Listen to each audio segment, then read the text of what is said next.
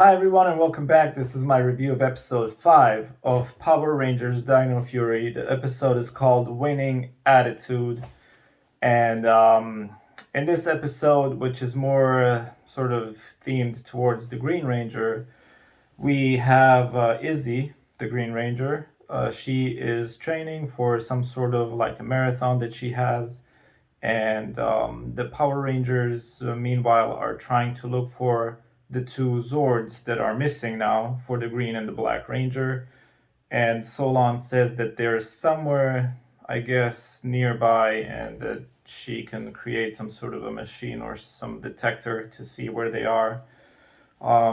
Meanwhile, Void Knight also kind of knows where the Zords might be because he has these like old maps in Area 62, and apparently the people that used to be in that area had discovered some unknown metal uh, underneath the ground, but I guess never looked for it for some reason. I mean, I don't know why. And then the area got abandoned, which is why Void Knight is there, which doesn't make a lot of sense, but okay.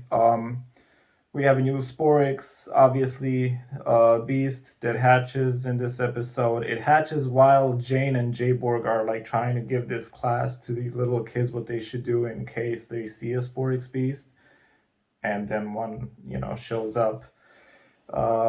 Anyway, there's like a ranger hotline that you should call, and I guess Solon is the one that answers that, and then she lets the rangers know where the monster is. So Izzy is trying to do her race. She starts her marathon, and the Rangers kind of are like, you know what, you go ahead and finish that. We're gonna take care of that. And I kind of like that. I feel like in some Power Rangers seasons, they're always like, oh my God, like something's happening. We need everybody there, and it's like, no, you don't. A few episodes ago, you only had 3 Rangers. Now you have 5. You have 4. Ready for battle. So that's kind of good that they, you know. Um, play that way. Anyway, during the race, there's this one girl that's kind of like the main competitor for Izzy, and as they're running, she kind of like trips and hurts her ankle or something and rolls down this hill, and then Izzy, instead of obviously finishing the race, she goes and helps her out. And then by the time the other people come to sort of help this girl out and drive her away, Izzy ends up being the last person. But then she kind of finds out that, Mucus and this monster in Boom Tower are actually, or I think it was just Boom Tower and Mucus that are trying to dig a hole into the ground and basically put a bomb to blow up the Zord. So Izzy tells the other Rangers what the plan is, and the Rangers they're already in their Megazord. They lure the monster, which is kind of like a fish or octopus or some sort of a monster.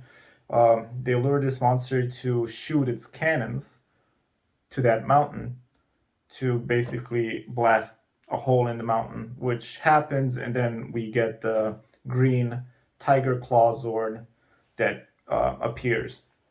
It's in CG. The Tiger Claw Zord looks pretty awesome. Does some moves, to distract the monster, give it a few hits, and then it combines with the other 3 Zords to form the Dino Fury Megazord Claw formation. Its head becomes green, obviously, and uh, they finish off the monster, no issues, and then Izzy sort of finishes the race at the end. And the one thing is, this entire episode, they kind of almost made us feel like that both of the Zords were in the same location, which I guess they weren't because only the green Zord was in this mountain.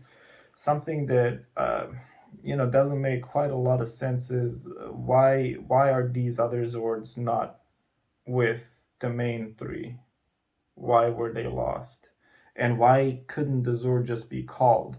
I mean, technically, the other 3 Zords basically just jump out of a mountain. Why couldn't the Tiger Claw Zord jump out of that mountain? But yeah, um, that's it for this episode. At the end of the episode, when the Sporix is defeated, Boom Tower catches the Sporix beast and takes it to Void Knight. Presumably, now the Rangers have two, and Void Knight has two.